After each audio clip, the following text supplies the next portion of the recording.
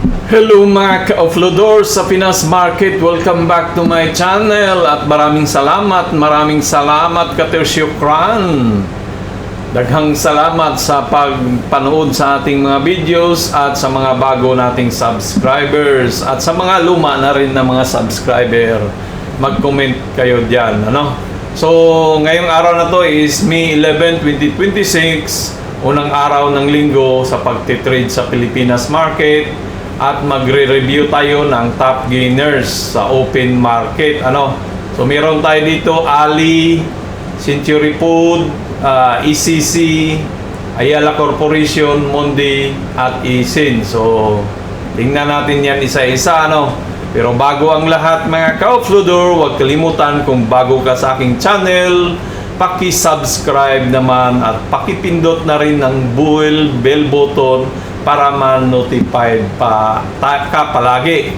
So ako si Offloader, dito sa isang OFW sa Middle East, nagtitrade tayo ng mga blue chip stock at nagre-review tayo ng mga blue chip, mid-size cap at piling-pili na mga penny stock ano.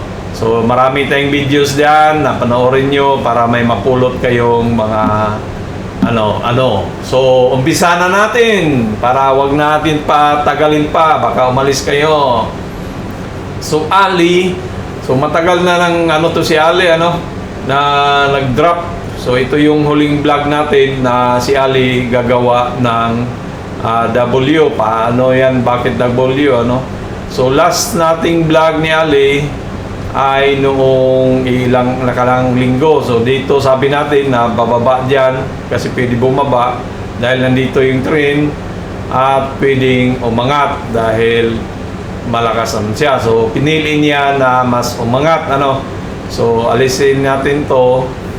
So ilipat naman natin dyan yung natin para nag-mark na dyan yung last nating vlog, So sa nakikita ko ngayon ni Ali, gusto na niyang i-break tong 16 pesos. So, nasa 1 day time frame tayo kasi hindi naman kailangan na So, 1 day time frame lang tayo kasi hindi naman gaano kabilis ang paggagalaw ng merkado sa Pilipinas. So, okay na yung 1 day time frame. Pwede mo ding silipin. Gusto mo talaga silipin 1 hour. Pwede din. Pero okay na sa akin yung 1 day time frame para hindi kayo maguluhan. So, si Ali, saan ba patungo to? Parang marami na kasing nagsabi na wala na to. Parang pabagsak o ano ba. So, ano bang niya? Financial revenue. So, kumikita naman siya. Meron naman din kinikita eh. So, meron siyang dividend yield ng almost 4%.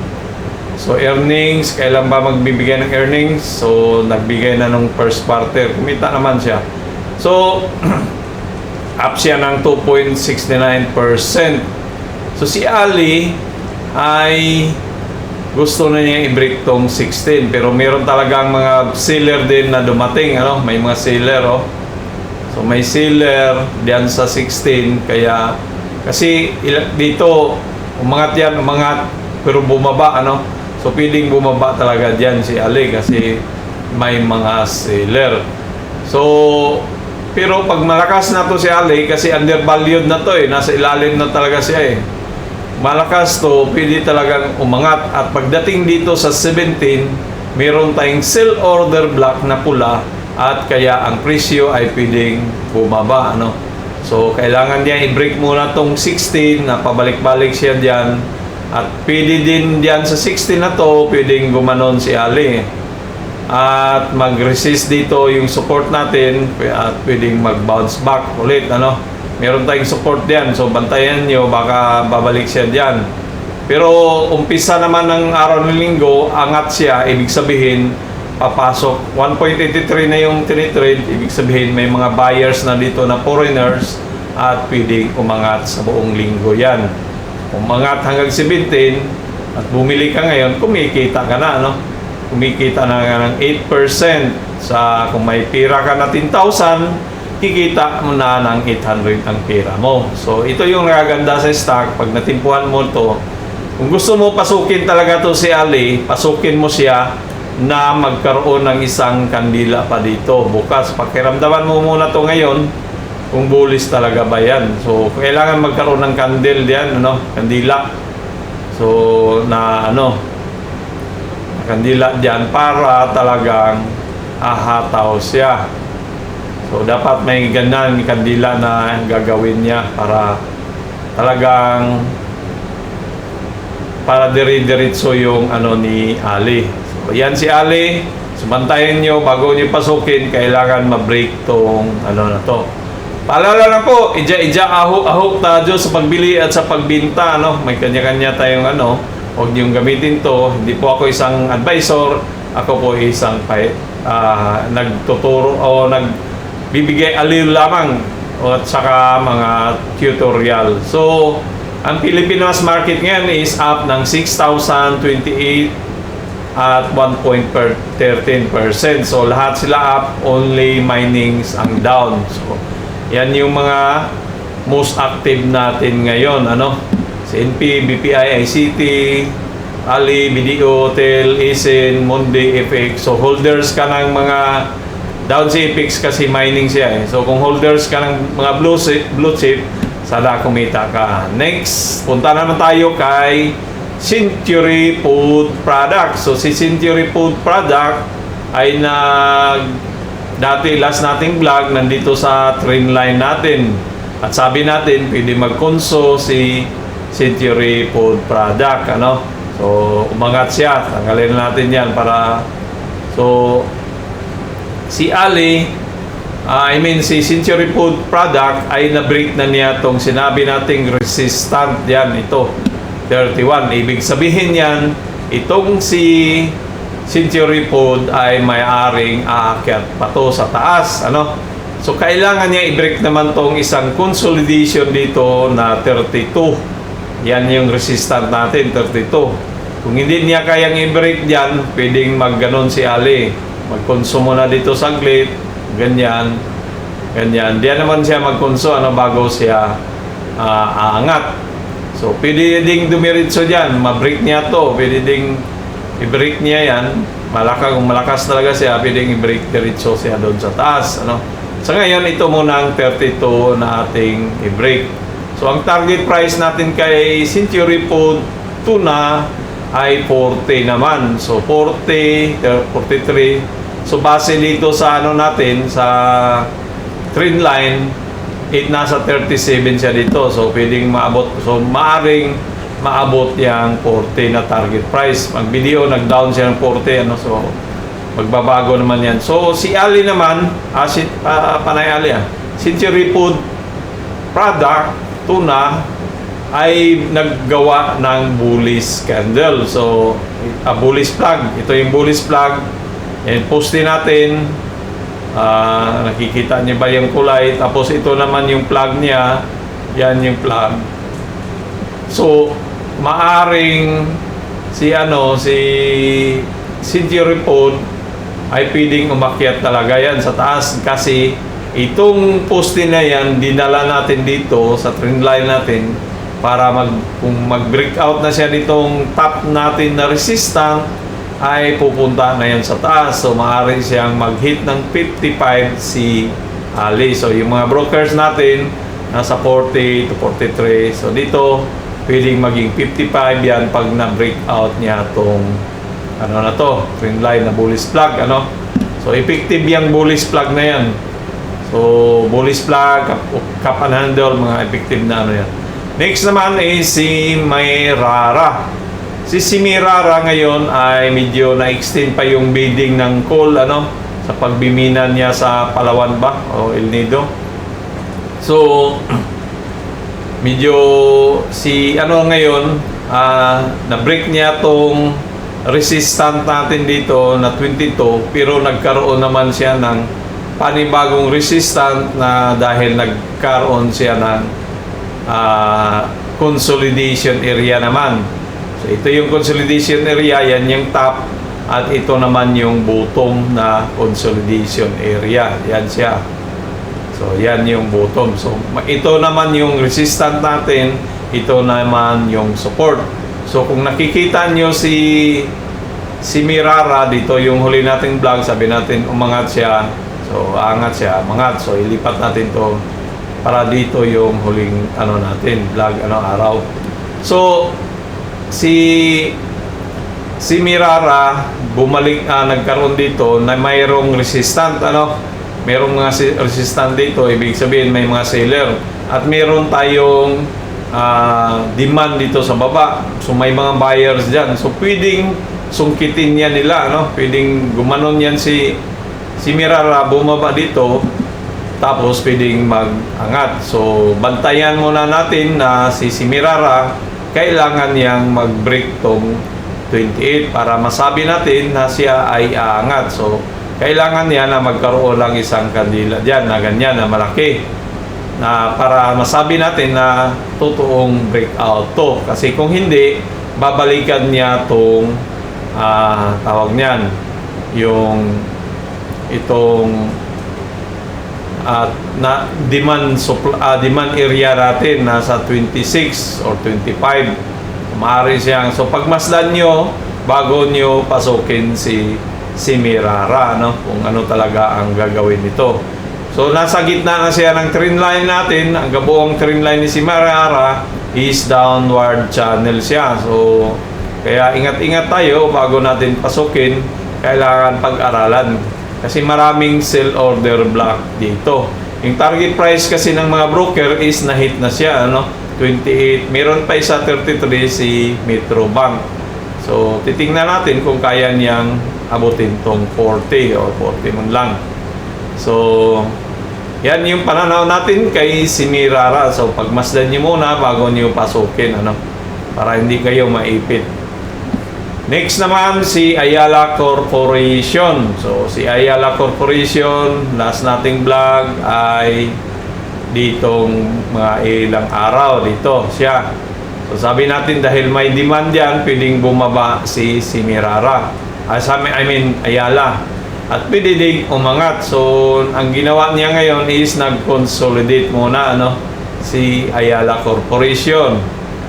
Pero mga ka-doodles, bago ang lahat, kung napasingit mo lang to, huwag kalimutan mag-subscribe ating channel.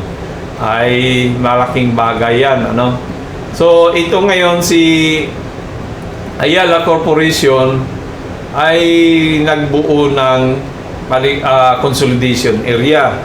Nasa 484 yung top natin na resistant at nasa 466 naman yung support. So ganun pa rin, kung gusto mong pasukin si Mirara, si Ayala, kailangan niyang bunuin tong 484 na presyo, para talagang aangat siya. Malaki naman yung kandila niya, kaso lang medyo maliit pa lang yung volume, 18.25,000 pa lang yung bumili.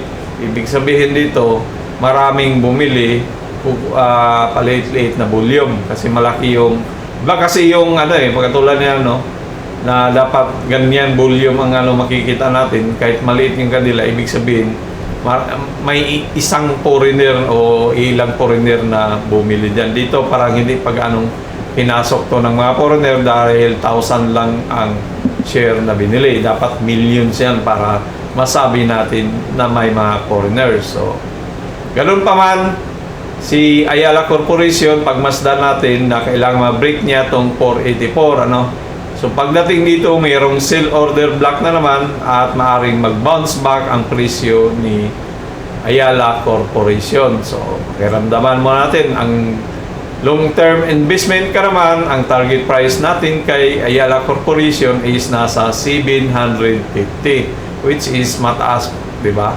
So from 722 to 750 umangat, di ba? Ibig sabihin yan, maganda ang sinyalis na talagang aakyat si Ayala Corporation sa darating na mga araw.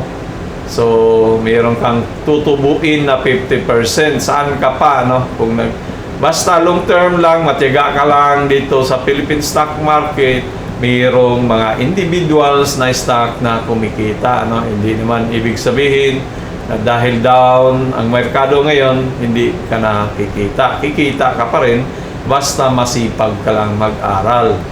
So si Ayala Corporation bubuo ng W yata. So maaaring gumanon yan, ano? So yan. So sa long term na investment. So yan si Ayala. Next naman natin si Mundi. Si Mundi pumapayagpag, kumataw, up siya ng 1.83%. So ano bang balita? May balita ba? So last quarter earnings, ano? So last nating vlog, sabi natin dito si Mundi aakyat, bababa, aakyat. So umakyat siya, no?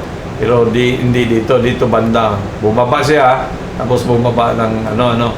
So sa ngayon, si Mundi ay bullish na bullish. Ganito, mayroong mga foreigners to na pumasok kasi million na yung stock na trade. Ibig sabihin, may mga foreigners na pumasok at may nagbinta din dahil nag-take profit konti. Umurot konti ng kinita kasi kung dito sila bumili, nag 12% na yan, ano?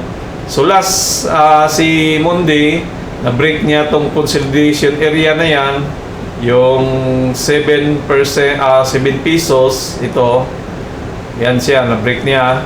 Yan yung maging support natin, ano? So dito, bakit kamo bumaba yan si Mundi? Dahil may mga sell order tayo dito. Ito dating kulay yan, ngayon na trigger, kaya nagbintahan, kaya naging kulay gray. Pero meron pa rin tayong sell order block dito sa taas at saka meron dyan. Ibig sabihin, pag lumating ang mga presyo dyan, ay pwedeng bumaba, ano?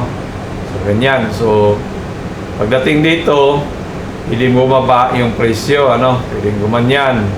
Tapos pagdating naman dito ang presyo, pwede ding bumaba dahil may mga seller nga. So pwedeng diyan umakyat, akyat baba. Ganun lang naman yung ano. So pagmasdan mo muna to kung talagang ano, pero kung gusto mo pasukin kasi may mga pumasok na foreigners, nag-take profit lang. So talagang pwedeng humataw yan si Mundi, ano. So target price naman natin kay Mundi is $8 pesos 9.12 naman kay ano, malapit na yung also yung 12 kay call dito sa taas. So si Mundi, ito yung mataas niya, ano. So kailangan ma-break niya dan at pwedeng humataw yan dito sa 12 katulad kay call kasi ito. So pwedeng si Mundi pwede ding nag-form yan ng cap or parabolic, yan yung ginawa niya, ano. So, maaari talagang balikan yung 12 na presyo natin. So, ganyan. Hindi naman kailangan perfecto yung presyo, pero parang diyan siya sumasabay, ano? Nag-down man siya ganyan, tapos down, nag-umaksyon ng mga. So, pwedeng umataw yan si Mundi dito sa 12 natin na magiging target price sa long term. So, next but not the least, si Isin. So, umataw si Isin. Ano bang mayroon kay Isin? 6 days ago, short-term loan kay Isin. So ito si Isin, titingnan mo si Isin, mayroong 23 million. So ito talaga maraming foreigners dito na bumibili. So last not up siya ng 6%, 7% si Isin, ano. Sino pa tong isang Ayala Corporation to. So angat na angat, ano, bullish na bullish. So last nating vlog kay Isin dito, sabi natin aangat to, ganyan. So umangat talaga si Isin at na-break niya tong 3.08. So titingnan naman natin kung saan naman patungo si Isin, no? So si Isin, bullish na bullish ngayon, ay kung titingnan mo dito sa kaliwa, meron tayong resistant dito. Yan siya. So, kailangan niya i-break yung resistant na yan at 3.55 at dito din meron din tayong panibagong resistant sa 3.74. So, at may sell order block tayo dito sa 4 at meron din dito sa taas. So, ibig sabihin, ang presyo nito ni Isin ay pwedeng mag-pull back to dahil mayroong mga sell order block na nangyayari. So, pwedeng mag-resist yan, bababa konti, maganyan, no, bago siya hataw pagdating dito. So bullish na bullish, unang araw pa naman, ibig sabihin to, aangat pa to si Isin. Pero pag Friday, maaari siyang bumalik dito, no, sa area na yun. So, sa ngayon, bullish tayo, upward direction tayo kay Isin, ano? So, 4, ang target price natin dito kay Isin ay video trace na hit na 5 si Metrobank, call naman is 4, malapit na yung 4, yung 5. Ang target price natin talaga dito ay itong cap and handle or cap lang muna. So, yung cap na yan, di ba? Tumapat talaga dito, ano? So, ilapit natin konti dito, ganyan, ganyan. So, baka sa susunod na buwan, maabot na ni Isin yung target price natin na size, ano? So, cap siya ang pinuporma ni Isin. So, talagang magandang pattern tong cap. Proven na talaga to na pag gumanon yung ano dyan, talagang babalik. Yung cap pinubuo niya, talagang babalik yan. So, yan lang po ang top gainers natin ngayon sa open market. Maraming salamat po. Huwag kalimutan mag-subscribe, mag-share, mag-like, mag-comment kung anong videos na gusto nyo, stock na gusto na nyong gawa ng review at gawa natin ng video. So, abangan bukas ang ating mga top gainers naman sa pagbukas ng market sa Martes, ano. So, huwag kalimutan. Maraming salamat. Adios, mi amigos, mi amigas, and good luck to all of us. Amen.